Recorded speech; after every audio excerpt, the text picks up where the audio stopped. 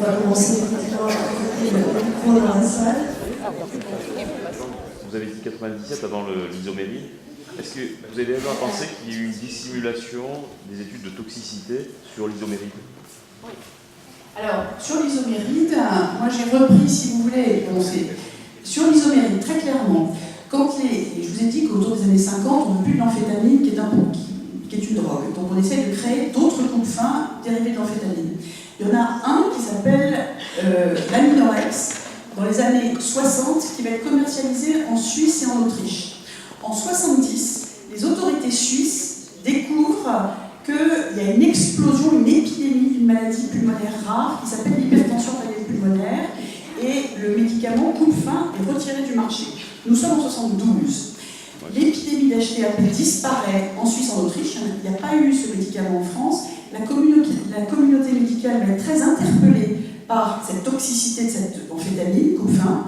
Et à partir de 80, alors que les coupe-fins de Servier déferlent sur la France, sur l'Europe, puis sur le monde entier, à partir de 80, les premières publications apparaissent en disant « Attention, nous on observe une toxicité et tout ceci sera enterré, combattu ».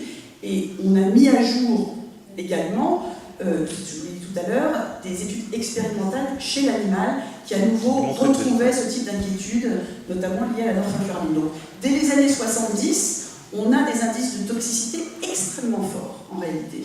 Alors moi, il se trouve que je suis intéressé à double titre parce que je suis à la fois caméraman et infirmier. Donc la question se porte sur la place du docteur Knock dans le film, où il est présenté comme un peu le dieu tout-puissant, celui qui décide. Est-ce que par rapport à la situation actuelle, c'est pas plutôt l'industrie pharmaceutique qui est à la place du docteur Knock? Parce que c'est quand même les laboratoires pharmaceutiques qui visitent les médecins, qui passent dans les hôpitaux, qui vous offrent une part de galette des rois et qui vous font de la pub pour leurs nouvelles molécules. Qu'est-ce que vous en pensez? Alors, la communauté médicale ne se rend pas compte qu'elle n'est plus rien et qu'elle est totalement manipulée par l'industrie pharmaceutique qui agit. Alors, je suis désolée, je ne suis pas du tout dans la théorie du complot, mais ce sont des grandes firmes multinationales. Le domaine de la santé est le plus rentable pour les fonds de pension actuellement, largement devant l'industrie du luxe, l'industrie de l'armement et tout ce que vous pouvez avoir en tête. C'est l'industrie de la santé. Et je pense aujourd'hui que les médecins ne se rendent pas compte à quel point ils ont totalement perdu le pouvoir par rapport à la puissance de l'industrie pharmaceutique. Et ça, depuis... Enfin, maintenant, j'ai si vous voulez des indications permanentes et des signaux permanents. Je suis en lien très régulier avec des gens qui sont dans la régulation du médicament et qui m'avouent et qui me témoignent effectivement de leur impuissance devant la force et le bras de fer généralement perdant qui se joue face à l'industrie pharmaceutique. On l'a vu avec un certain nombre des médicaments et un certain nombre de produits. Je voulais redonner la parole à Roland Goury sur la fabrication des maladies et surtout sur... j'aimerais qu'il nous parle des seuils en fait. Non mais peut-être très rapidement, effectivement l'exemple du Mediator, mais non, je voudrais rester uniquement sur cette affaire qu'elle connaît beaucoup mieux que moi bien évidemment, puisqu'elle était la principale actrice, mais on voit bien comment un médicament à un moment donné est utilisé pas seulement par les patients, mais aussi par les médecins, mais aussi par la propagande, mais aussi donc par la culture, parce qu'il faut quand même qu'on parle de ça. On va oublier la culture. Se transformer en un médicament cosmétique pour finalement perdre un peu de poids. Donc si vous voulez, ça à mon avis c'est symptomatique de qu'est-ce que c'est la santé aujourd'hui. On dira que depuis 1946-47, la santé a été définie par l'OMS comme étant non pas l'absence de maladies et d'infirmités, mais un épanouissement physique, psychique et social total. Vous voyez la promesse messianique, la promesse religieuse qu'il y a dans cette définition de la santé, dont d'ailleurs le philosophe médecin Canguilhem disait que c'était une notion vulgaire, pas du tout un concept scientifique. Donc à partir de ce moment-là, la santé, ça peut être perdre du poids, parce que si je me sens mieux dans ma peau, en perdant du poids, ça peut faire partie de la santé. Donc à partir de ce moment-là, on peut effectivement chercher des médicaments et en trouver tous les complices que l'on veut pour avoir ces médicaments. Alors pour faire vite et pour faire simple, là, on est dans un domaine qui concerne effectivement, comme Jean-Michel l'évoquait, quand même tout à l'heure, les normes biologiques.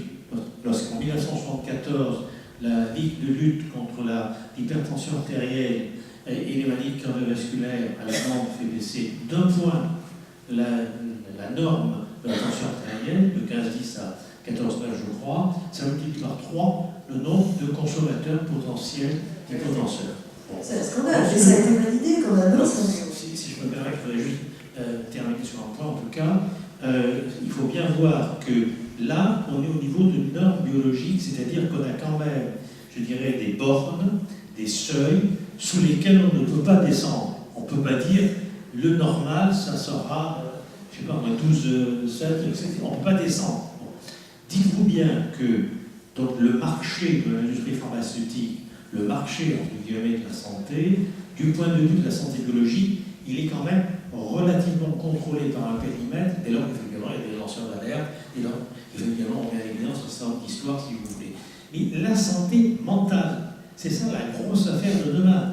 C'est-à-dire qu'entre 1989 et 1993, aux États-Unis, on transforme les critères par lesquels on pose le diagnostic de phobie sociale, c'est-à-dire d'hypertimidité.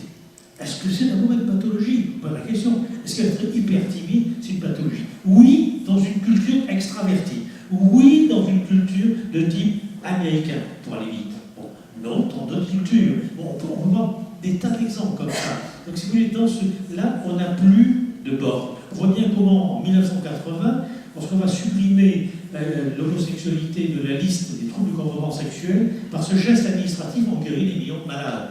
Et on voit bien comment, en 1994, si vous voulez, lorsqu'on considère que les troubles affectifs de certaines femmes avant leurs règles est considéré comme une dysphorie prémenstruelle classée comme diagnostic pathologique, on va inclure, si vous voulez, des tas de malades qui n'étaient pas jusque-là. C'est qui on?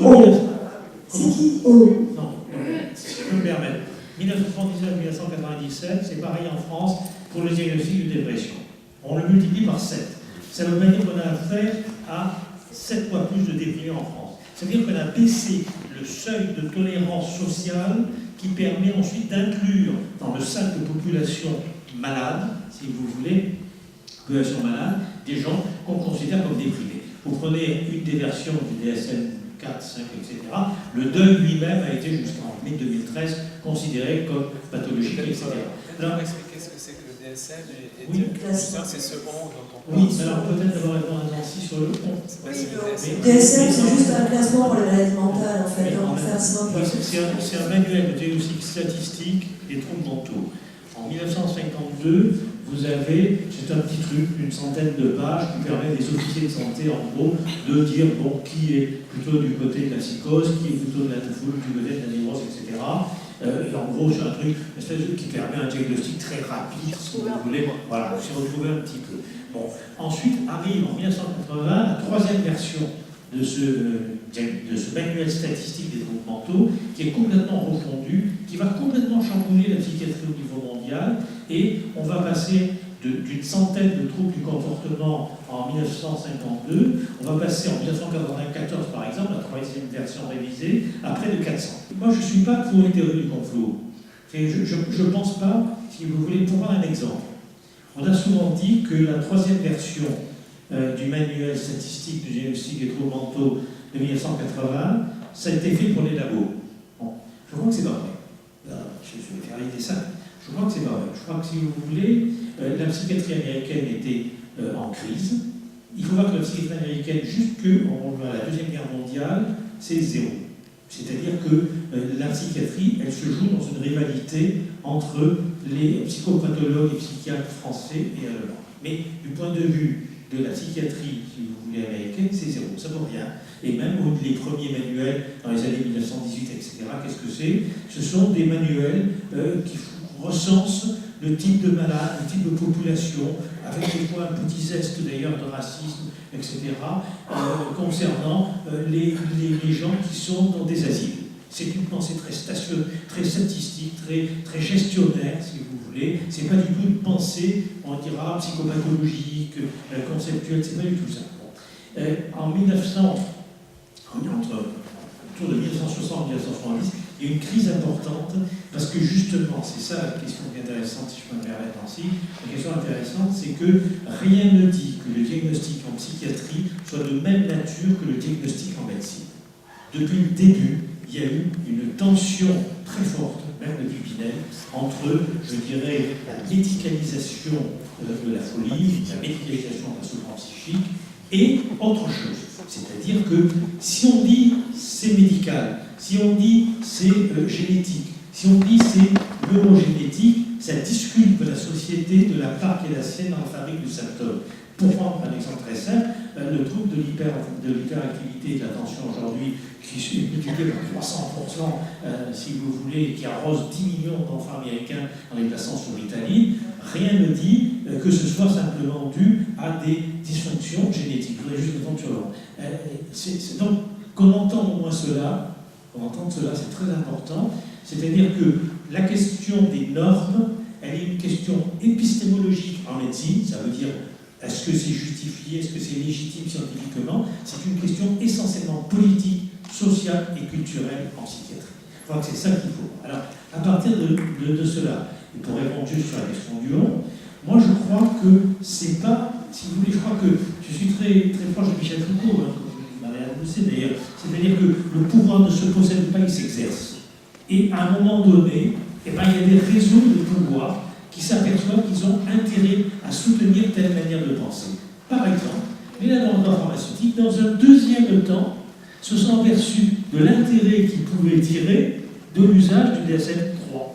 Ce n'est pas eux qui ont inventé le DSM-3, c'est Robert Spitzer, Leibowitz, etc., des gens qui, en gros, face à la crise de légitimité de la psychiatrie qui était ridiculisée dans le monde entier et en particulier aux États-Unis, en posant des problèmes sociaux énormes, notamment de compagnies d'assurance, notamment dans les prétoires, sur les expertises, etc., notamment, si vous voulez, dans les enquêtes sociologiques, face à cette crise de légitimité, il fallait trouver une manière de procéder. On a choisi, comme toujours dans notre société, j'espère qu'on pourra en parler, la voie de la solution technique, c'est-à-dire face à une crise de l'autorité, on a installé une bureaucratie. Et en gros, le DSM 3, 4 et 5, c'est une espèce de bureaucratie de l'expertise des troubles du comportement. À partir de là, si vous voulez, ça c'est le courant de pensée, ça profite à qui? Ben, ça profite par exemple, je vais arrêter dessus, ça profite effectivement aux industries de santé qui peuvent utiliser, peser pour qu'on démultiplie le nombre de déprimés ou le nombre de troubles d'hyperactivité ou le nombre de bipolaires, c'est ça qui m'intéresse à la mode aujourd'hui, etc.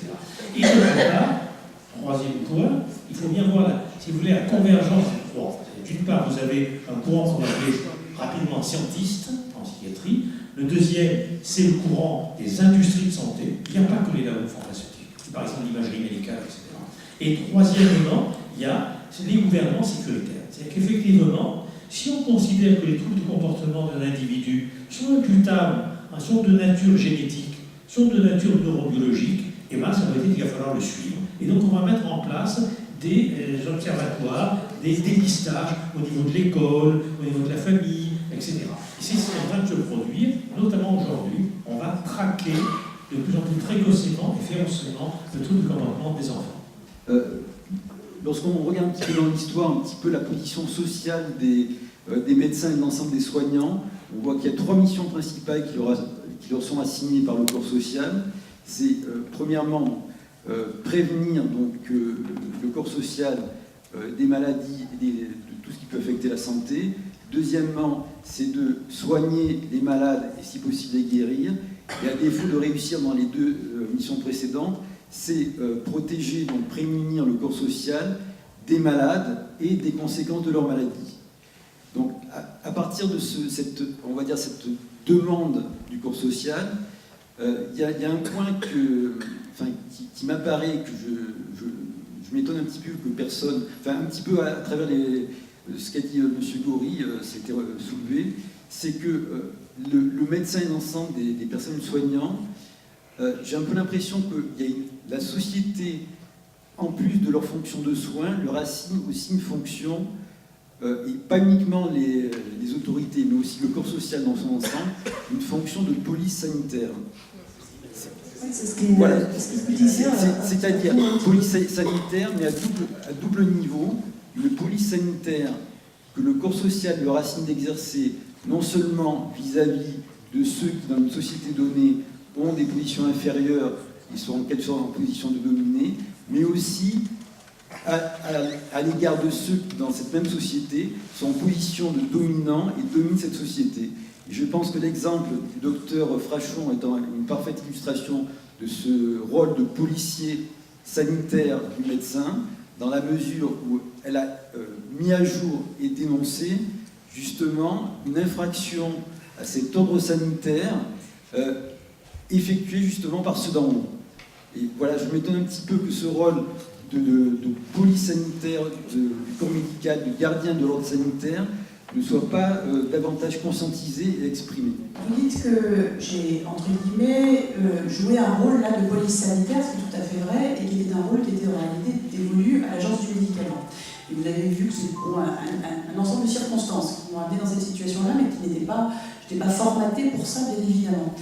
Et ce qui me surprend beaucoup, et ça vient aussi avec la prise en compte et la reconnaissance aujourd'hui des victimes, ce qui me choque beaucoup, c'est que mon rôle de, entre guillemets, là, lanceur d'alerte police sanitaire à un moment donné, et pour une histoire extrêmement lourde, a déclenché donc effectivement une réaction extrêmement forte dans l'opinion publique. Ça a été un déferlement médiatique.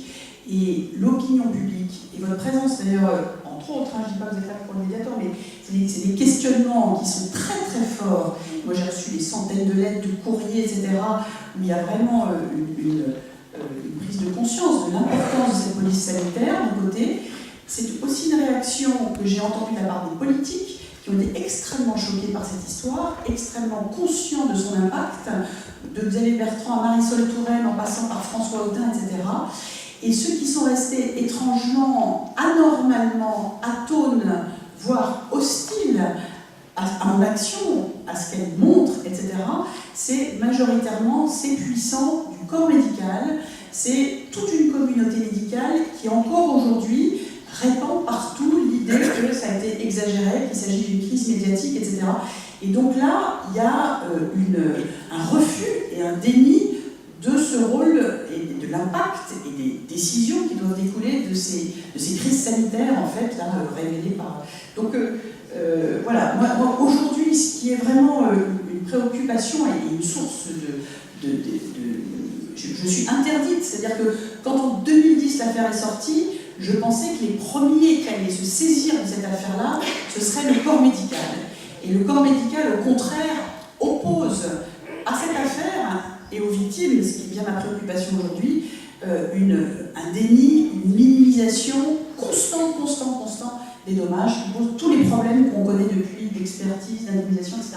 Et ça, pour moi, c'est une grande source de questionnement. En France, le système de pharmacovigilance est très faible, et donc on l'a vu à l'occasion du Mediator, et donc on a vraiment des difficultés à remonter les effets indésirables des médicaments. Le système est très complexe et très peu pratiqué par les médecins, et il est question actuellement de le faciliter. Je voudrais demander à Roland Gori, dans la suite de ce qu'il vient de dire, est-ce qu'il oserait franchir le Rubicon, et si je pousse un tout petit peu plus loin, finir par conclure que la psychiatrie n'est pas une spécialité médicale, qu'elle se débat avec ce problème depuis plus d'un siècle, ce qui l'amène à des débats cliniques franco-allemands pendant longtemps, maintenant américains, jusqu'à élaborer des concepts qui restent flous, même le mot schizophrénie qui est derrière, et puis aujourd'hui ce gag du DSM-4 dont il faut lire ici ou là comment ça s'est constitué, et qui aboutit donc à une évaluation avec presque des petites grilles de différents symptômes qui sortent de la norme du comportement repéré comme normal. On repère très vite des symptômes, des consultations très brèves. On sait qu'une consultation, plus elle est brève, plus elle prescrit des médicaments. Moi, je ne pouvais pas répondre tout à fait sur cette question. C'est certainement pas une spécialité médicale comme les autres. Et depuis, on va dire, les années 80, les psychiatres ont pensé qu'ils allaient redorer leur blason. C'est très concret. C'est-à-dire que, par exemple, en 1989, le concours d'internat psychiatrique qui était spécifique justement à la psychiatrie est tombé dans le lot général. Le diplôme d'état d'infirmier par rapport au diplôme d'infirmier de psychiatrie, c'est-à-dire qu'en gros, depuis 1980, il y a eu une stratégie qui a été de ramener la psychiatrie dans le giron de la médecine pour de bonnes et sans doute de mauvaises raisons. Moi, j'ai tendance à penser pour de mauvaises raisons, mais je ne suis peut-être pas totalement objectif, bien sûr. Ce qui est très important, si vous voulez, c'est de voir, et ça je crois qu'il faudra le dire, c'est un problème social, politique et culturel, c'est qu'aux États-Unis, le DSM-3 qui s'est imposé dans une hégémonie complète, parce que aujourd'hui, si vous ne vous référez pas à cette classification anglo-américaine, vous ne pouvez pas publier dans la plupart des revues internationales qui permettent d'être cooptés comme hospitalo-universitaires. Vous voyez, c'est un point qui est extrêmement important, c'est que c'est vraiment un pouvoir qui est considérable. Ce qui est sûr et certain, c'est qu'il y a eu cette stratégie-là. C'est-à-dire qu'effectivement, il fallait remédicaliser la psychiatrie, alors qu'effectivement, légitimement, c'est pas sûr. Je remercie infiniment Irène Frachon. J'ai beaucoup d'admiration pour votre combat contre ce médicament. Je voudrais quand même, je voudrais développer 3 points. Il faut qu'on ait conscience que la prescription du Mediator n'était pas toujours forcément indiquée. Elle faisait quand même partie d'une demande des patients parce qu'on a un terrorisme actuellement de l'esthétique. Il faut être mince, il faut être jeune, il y a un jeunisme. Donc c'est pas forcément le médecin qui voulait absolument prévenir l'hypertension, etc. C'est que souvent, et c'était des femmes, comme vous l'avez dit, des patients, nous subissons quand même un terrorisme du fait des médias, du fait de l'image de marque. On doit être jeune, on doit être beau, on ne doit pas avoir de rides, on doit être maintenant. Ça, donc, c'est à nous, citoyens, citoyennes, médecins ou pas, d'avoir cette conscience et cette sorte de résistance. La santé, c'est pas l'aspect physique, c'est se sentir bien au niveau de sa respiration, de sa posture, de son alimentation, du relationnel qu'on peut avoir avec soi-même, avec les autres.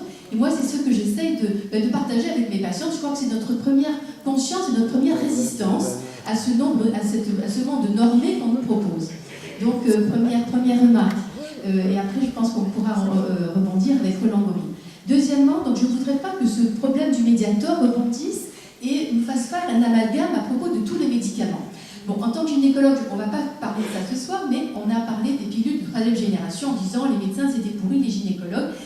Même encore, c'était une utilisation hors AMM. Non mais attends, il ne faut pas tout mélanger. C'est pour ça qu'il faut être très rigoureux et que c'est difficile dans notre débat.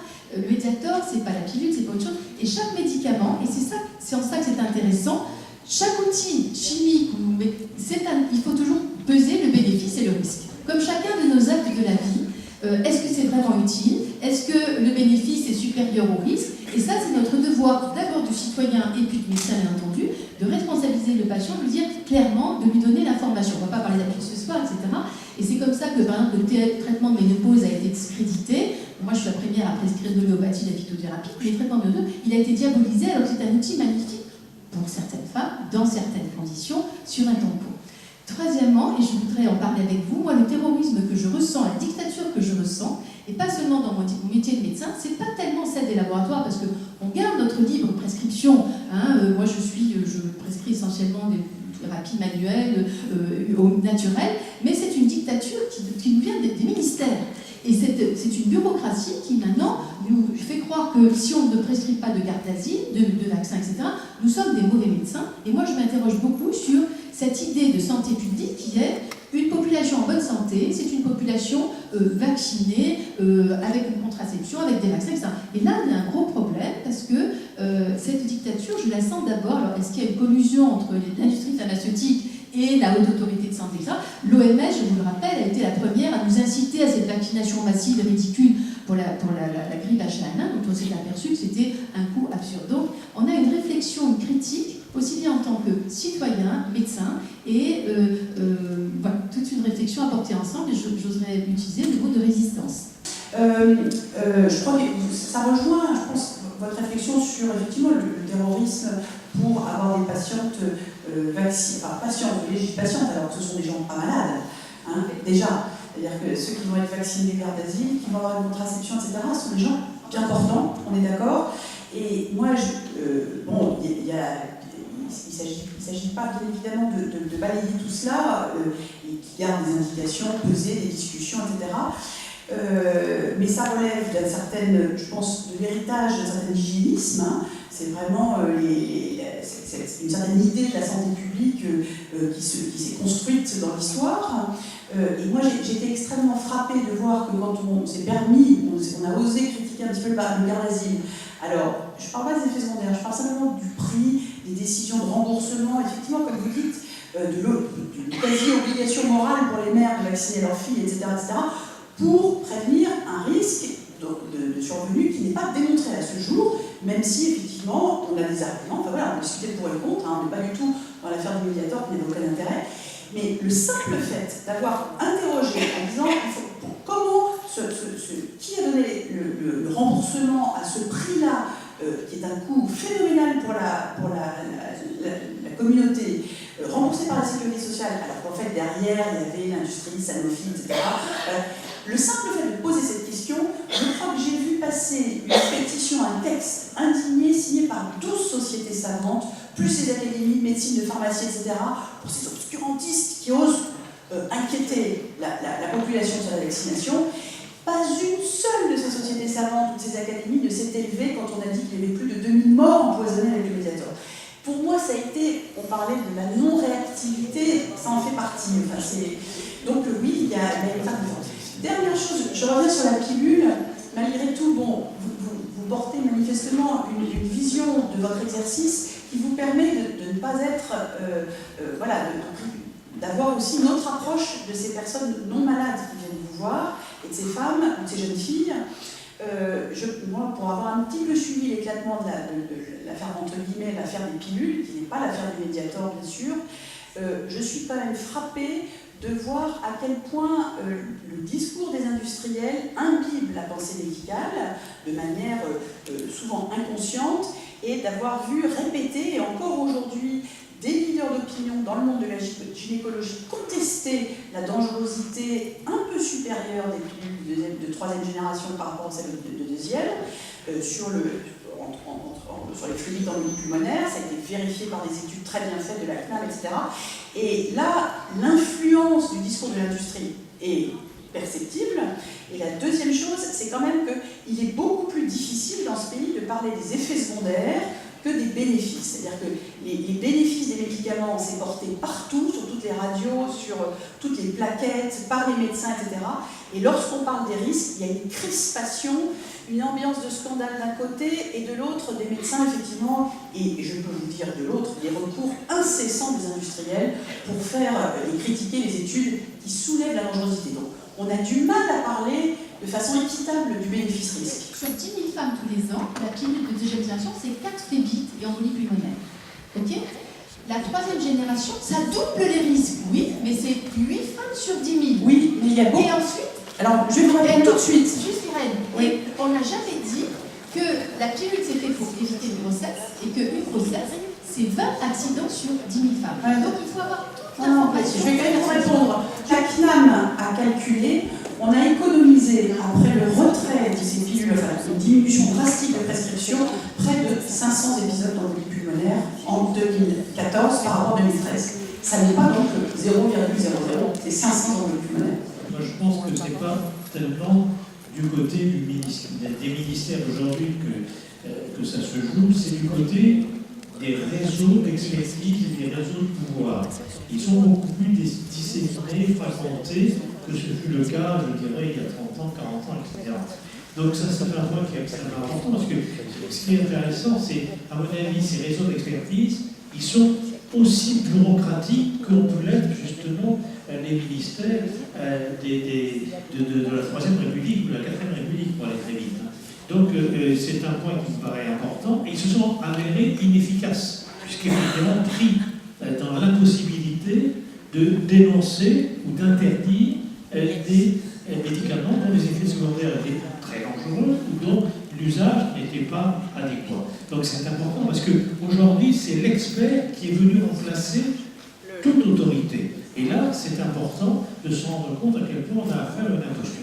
Je trouve que Jean-Michel et ses invités ont choisi ce soir courageusement le sujet, courageusement et d'une façon très élémentaire. Le ressort du film, d'ailleurs, c'est le bluff, la falsification, face à la naïveté de ceux qui croient n'importe quoi. Hein. Et on est arrivé assez rapidement sur la collusion qu'il y a entre les médecins et les laboratoires pharmaceutiques. Cette collusion, vous dites, avec certaine justesse, les médecins ils sont un peu perdants et que les laboratoires ont pris l'initiative. Mais sur quel ressort ça fonctionne? C'est-à-dire comment se fait-il que les médecins qui sont quand même puissants, qui ont des moyens d'informer largement, comment se fait-il que cette collusion fonctionne depuis longtemps et fonctionne encore longtemps? L'apport, la logistique apportée par l'industrie à la totalité de l'exercice médical, alors en termes financiers, carrière, publication, déplacement, voyage, congrès, valorisation professionnelle, rémunération est gigantesque. Donc la vie de Patachon, la vie de Nabab, c'est l'industrie qui a fourni aux médecins et ils y sont accros. C'est un peu déprimant tout ce qu'on dit, il y a quand même des choses qui se sont passées depuis l'affaire du médiateur, il y a eu beaucoup de législation, il y a eu de la réglementation qui est en train d'évoluer et par exemple quelque chose est en train de devenir transparent et j'espère complètement transparent, ce sont ces fameux liens. Alors on ne peut pas tout mesurer, on ne peut pas mesurer les liens amicaux, on ne peut pas mesurer l'ensemble des liens d'intérêt qui lient des acteurs entre eux, mais les liens financiers, il suffit de donner la facture. Et après l'affaire du Mediator, dans les réglementations, ça s'est beaucoup durci sur la déclaration de ces liens d'intérêt. Il y a maintenant une obligation, quand vous acceptez maintenant d'être trimballé dans un congrès, que vous allez dans une bonne bouffe, faire une bonne bouffe au prétexte d'une formation médicale, qui peut être intéressante, hein, c'est bien biaisée bien sûr comme message, mais intéressante quand même, votre nom et la rémunération que ça représente, le coût financier, est à lire en direct et pour le grand public sur le site transparence.gouv.santé, ça s'appelle le Sunshine Act. Ce Sunshine Act ne comprenait pas les conventions de collaboration. C'est-à-dire quand on invite un leader d'opinion à faire un symposium, il est très bien payé, il y a des conventions, des conseils aux industriels, le montant n'apparaissait pas. Ce sera fait après la loi santé de Touraine, donc on va au moins savoir quelle est la totalité de ces liens financiers qui font tellement baver le corps médical à l'évidence. Et je voulais juste, j'ai été invitée ici tout à fait gentiment, et j'ai lu Tous malades. Bon, alors je voulais juste parler des malades quand même, puisque je sens que la médecine, on parle beaucoup de la médecine, mais c'est pas mal d'être médecin et malade. Je voulais juste dire que c'est aussi comme dans le Dr Knock, les malades qui demandent tout ça, la salle d'attente et la queue de la consultation gratuite, elle est quand même révélatrice, et je crois que c'est toujours la même chose. Grimaldi a bien dit, enfin moi je me souviens très bien avoir prescrit de confort, il m'a dit honnêtement, hein, j'avais, parmi métis avec mes chers confrères, j'ai prescrit pour mes petites patientes déprimées et charmantes du Mediator. Oui, bien sûr. Je dois l'avouer, bon, et j'étais pas du tout au courant, valvulopathie étant écrit en dernier. Non, ce n'est pas écrit du tout, je vous rassure, c'était pas écrit du tout. Les prescripteurs ont été totalement trompés quand même. Je suis prescripteur, vous l'êtes aussi, et on se pose les mêmes questions. Peut-être qu'aujourd'hui, à la lumière de tous ces événements, on peut avoir un discours qui est un petit peu plus adulte avec nos patients, que eux-mêmes, on sait maintenant qu'ils vont aller regarder sur Internet. Moi, ce que je fais, j'ai mon patient en face de moi, j'ai l'ordinateur, parce que on a toujours l'ordinateur, et je le tourne, voilà. Il y a l'ordinateur qui est là, et mon patient est là. Et je dis, qu'est-ce que vous avez regardé sur Internet? Et puis on clique ensemble, et on regarde, et ensuite on discute. Et moi, je peux apprendre des choses, mon patient va apprendre des choses, et moi, je vais mouliner aussi ce qu'il a compris, et puis après, il prendra sa décision. Et maintenant, je crois que ça peut se faire pour des médicaments sur lesquels on se pose ce type de questions. Dans ce film que j'ai trouvé vraiment très intelligent, la première personne que va visiter le Dr Knock, c'est le professeur, l'enseignant. Et là, il y a un truc, ça revient un peu à ce que vous disiez à la fin sur Internet, etc. C'est un enseignement pour faire peur, c'est pas un enseignement pour éduquer. On va faire peur aux gens avec l'enseignement. On va leur dire, il y a des saletés dans l'eau et des saletés dans... on leur dit pas... bon, on leur demande pas d'avoir une attitude intelligente. Bon, je pense que c'est exactement ce qui se passe en ce moment. Là, pourquoi est-ce qu'on a besoin de médecins pour faire des alertes? C'est parce que les gens ne sont pas très curieux ou n'ont pas la volonté d'aller chercher eux-mêmes l'information. Ou quand ils vont la chercher, ils trouvent des informations qui leur font peur. Ils écoutent le journal à la télé et ça leur fait peur tout le temps. Donc voilà, je pense que là, il y a un point quand même assez fondamental qui était bien évoqué dans le film. si effectivement la salle d'attente est pleine, on peut dire que c'est comme une économie, c'est l'offre qui crée la demande. Donc ça c'est le premier point. Le deuxième point par rapport à ce que vous avez dit, je crois qu'il faut quand même comprendre l'histoire. Quand est-ce que ça s'est joué en Europe? Ça s'est joué par exemple en France, par exemple à la Libération, quand le général de Gaulle envoyait une flopée de profs de médecine, dont Monod, etc., aux États-Unis, et qu'ils ont découvert qu'aux États-Unis, n'est-ce pas, la recherche était soutenue par l'industrie, ils ont ramené plein de trucs dans leur bagage, ils ont dit c'est formidable, il y a des moyens, il y a de la technique, c'est fantastique, et on a inventé ce qu'on appelle la biomédecine.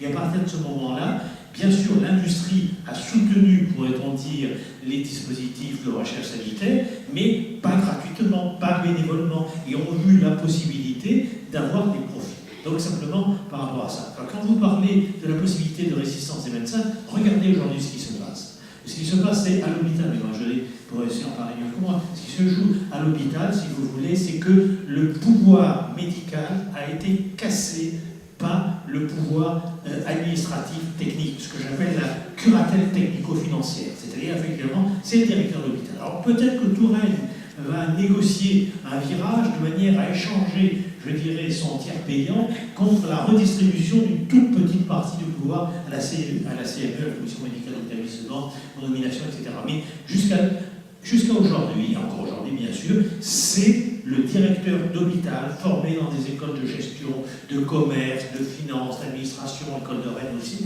qui finalement impose sa loi. Donc les médecins, ils n'ont plus le pouvoir. Le service médical, ils n'ont plus le pouvoir comme avant. Écoutez, demandez aux hospitaliers qui pourront témoigner, moi j'en entends un certain nombre, c'est évident. Il n'y a plus le chef de service dans une position féodale, ça n'est pas vrai. Donc si vous voulez, quelque chose a été cassé, il y a eu une mutualisation des moyens, etc. Il y a eu la constitution de pôle, il y a eu aussi surtout la T2A, la tarification à l'activité, qui est une autre manière de penser le soin, puisque là on se plaint de ce pauvre Knock, mais je vous rappelle quand même qu'aujourd'hui, nos hôpitaux qui sont complètement endettés par les emprunts toxiques et autres, nos hôpitaux sont obligés de faire du fric pour survivre. Et qu'en gros, si vous voulez, la gestion n'est plus le moyen par lequel on fait l'acte de soin, c'est l'acte de soin qui est devenu le moyen par lequel on opère la gestion. Alors, pour répondre ensuite à M. Nancy, c'est ce que vous souhaitiez.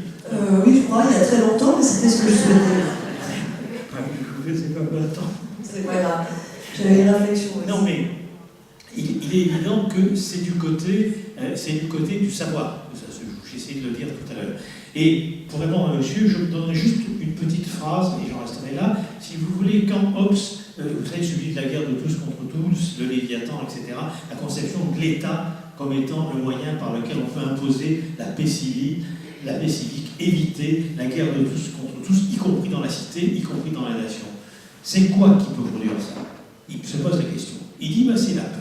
C'est parce que les hommes ont peur, et en particulier ils ont peur de mourir, qu'ils tiennent à leur vie. Vous voyez, déjà on commence au XVIIe, mais on voit s'effacer déjà, si vous voulez, la religion. En gros, moins on croit à une autre vie, davantage on prend soin de celle que l'on a. Et donc aujourd'hui, on va prendre soin de son corps comme hier, on prenait soin du salut de son âme. Et à partir de ce moment-là, ce qui va s'imposer, c'est effectivement la peur. Alors c'est très bien joué, il va voir l'instit, il va voir le prof d'école pour donner, je dirais, des informations, n'est-ce pas, qui produisent une espèce de contagion psychique, d'imitation sociale, conduisant effectivement tout citoyen à se rendre compte qu'il est mortel, ce qui est évident, mais personne ne veut le savoir en permanence, et donc de consulter celui qui peut vous dire les signes prédictifs de la plus ou moins grande proximité de la mort. Et c'est là, effectivement, où on voit bien comment se noue un réseau d'autorité. Donc, en gros, le problème majeur, il est là, c'est qu'aujourd'hui, on a cru pouvoir s'en sortir avec, je dirais, un réseau formel d'experts, et jusqu'y compris des déclarations de conflits d'intérêts, etc., ça ne marche pas. Pourquoi? Parce que, justement, on a transformé ce qui pouvait être un lieu de parole, un lieu d'échange, un lieu de pensée, en bureaucratie. Et on l'a fait partout. On l'a fait partout. Et ça favorise quoi? Ça favorise une logique d'audimat dans le domaine du journalisme, ça favorise une domaine un concept de rentabilité, de productivité, etc. dans les autres domaines. C'est-à-dire qu'en gros, vous avez une espèce d'alliance objective là aussi. C'est pas un complot. Vous avez une alliance objective entre, je dirais, la religion du marché, la société de consommation et les dispositifs dispositifs bureaucratiques de type technico-financier.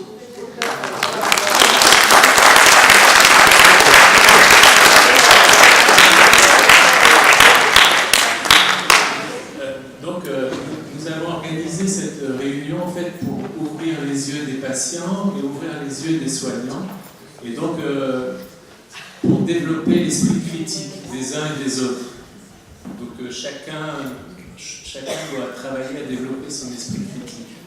Ce que je voulais dire, c'est que le médicament arrive très très loin. C'est-à-dire que la simple relation d'écoute du patient permet dans la majorité des cas de ne pas prescrire des médicaments.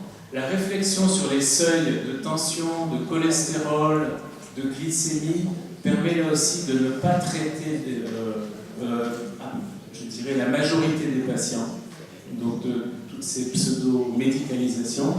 Et aussi, donc, je voulais répondre à Martine Grimaldi, dans le sens où je pense en tant qu'être humain et en tant que citoyen, donc si on peut ne pas être d'accord avec les recommandations nationales. Donc moi par exemple je ne suis pas du tout d'accord avec les recommandations nationales de traiter l'Helicobacter pylori pour prévenir un cancer de l'estomac, quelque chose qui ne repose sur rien. Eh bien tous les patients qui viennent avec leur magazine et qui disent voilà j'ai un Helicobacter, je vais attraper le cancer de l'estomac, il faut me soigner. Eh bien, j'ai un travail de résistance qui prend beaucoup de temps pour expliquer que je n'accepte pas les recommandations institutionnelles en tant que personne. Et je pense que voilà, c'est un travail très long, très difficile, et qui peut permettre à chacun de se dépseudo-médicaliser.